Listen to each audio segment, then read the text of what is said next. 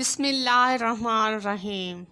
جب مومن کے مرنے کا وقت آتا ہے تو ملک الموت فرشتوں کی جماعت کے ساتھ اس کے پاس آتا ہے، جن کے چہرے آفتاب کی طرح چمکتے ہیں۔ ان کے پاس جنت کے کفن ہوتے ہیں اور ہاتھوں میں جنت کے پھولوں کے گلدستے ہوتے ہیں، اور ایک سفید ریشمی رومال میں مہکتا ہوا مشک ہوتا ہے۔ ملک الموت اس کے سرہانے بیٹھ جاتا ہے اور فرشتے اسے چاروں طرف سے گھیر لیتے ہیں، اور یہ مشک والا رومال اس کی ٹھوڑی کے نیچے رکھتے ہیں اور جنت کا دروازہ اس کے سامنے کھول دیتے ہیں۔ اس کے دل کو جنت کی طرح طرح کی چیزوں سے بہلاتے ہیں۔ کبھی خوبصورت حوریں سامنے کی جاتی ہیں اور کبھی عمدہ پھل اور محلات۔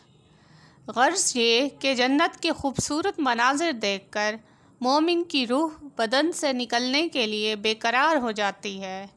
ملک الموت اس مومن سے نرمی سے بات کرتا ہے۔ موت کی تکلیف بہت سخت ہے۔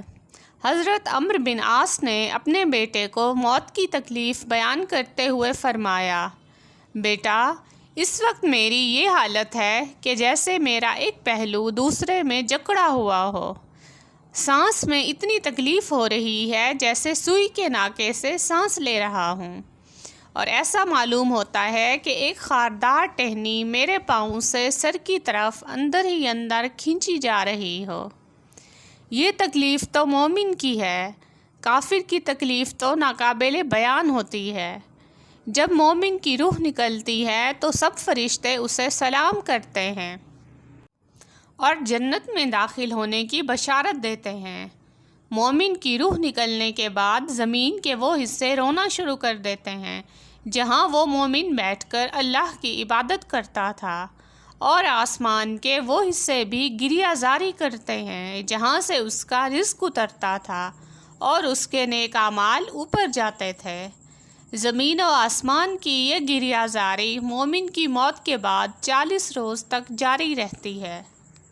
مومن کی یہ شان دیکھ کر ابلیس لعین زور سے چیختا ہے اور حسرت سے اپنے گروہ سے کہتا ہے کہ یہ شخص ہمارے جال سے کیسے بچ کر نکل گیا۔ ابلیس کا گروہ کہتا ہے کہ یہ معصوم تھا، اس لیے ہمارے فریب میں نہیں آیا۔ ملک الموت اس مومن کی روح کو لے کر آسمان پر چڑھتا ہے تو آسمان کے دروازے کھول دیے جاتے ہیں، اور ہر دروازہ یہ چاہتا ہے کہ یہ پاک روح مجھ سے اندر داخل ہو۔ حضرت جبرائیل علیہ السلام 70,000 فرشتوں کی جماعت کے ساتھ اس روح کا استقبال کرتے ہیں۔ جب ملک الموت اس روح کو لے کر عرش کے قریب پہنچتے ہیں تو وہ روح اللہ تعالیٰ کے سامنے سجدے میں گر جاتی ہے۔